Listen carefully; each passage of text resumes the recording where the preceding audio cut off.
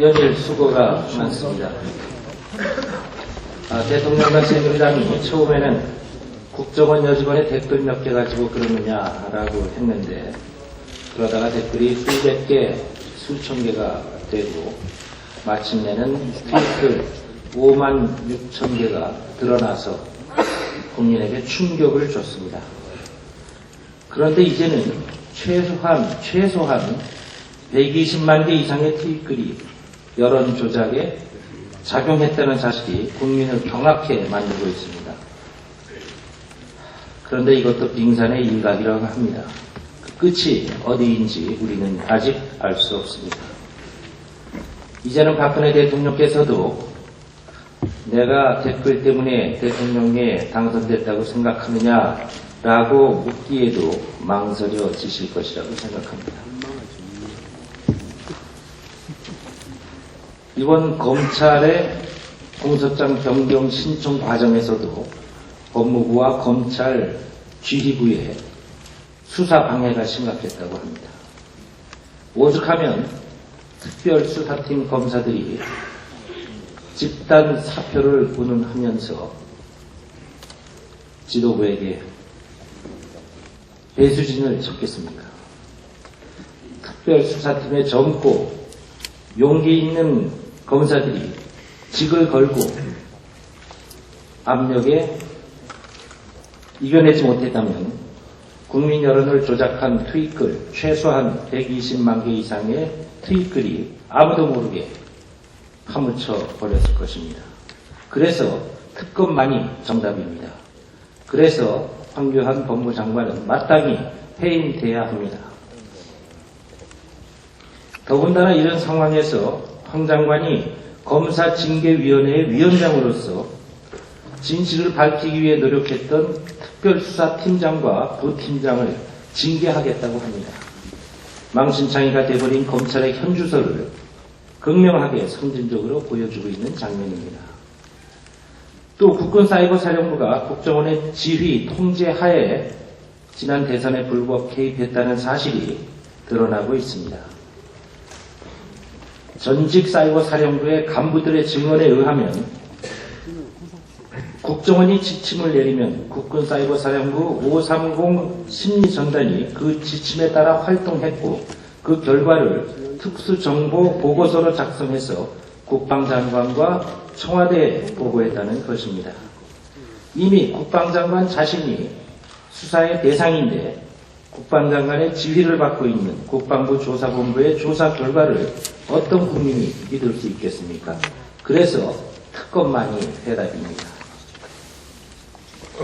개인적으로 의혹 살리를 하지 않았다는 박근혜 대통령은 실상을 모르고 있었다고 할지라도 국정원 등 국가기관들이 조직적으로 대선에 개입한 것은 이명박 정부와 새누리당 정권이 집권 연장을 도모한 사건인 것입니다. 특검의 수사 대상인 새누리당이 특검을 두려워하면서 반대하는 것은 당연한 일일지도 모릅니다. 그러나 새누리당이 도려내야 할 부분을 도려내지 않고 그대로 간다면 정권 내내 지난 대선의 발목이 잡혀서 옴짝달싹 못하게 되는 더 큰 일을 겪어야 할 것이라는 것을 대통령과 새누리당은 알아야 합니다. 특검과 특위로 지난 대선 관련 의혹 사건들을 털고 이제 국회는 법안과 예산 심의에 전념해야 합니다. 우리 의원님들께서도 특검을 실현해내는데 힘을 하나로 모으는 한편 각 상임위원회에서 민생과 관련된 법안과 예산 심의에 성실히 임해주시기를 당부 말씀 올립니다. 고맙습니다.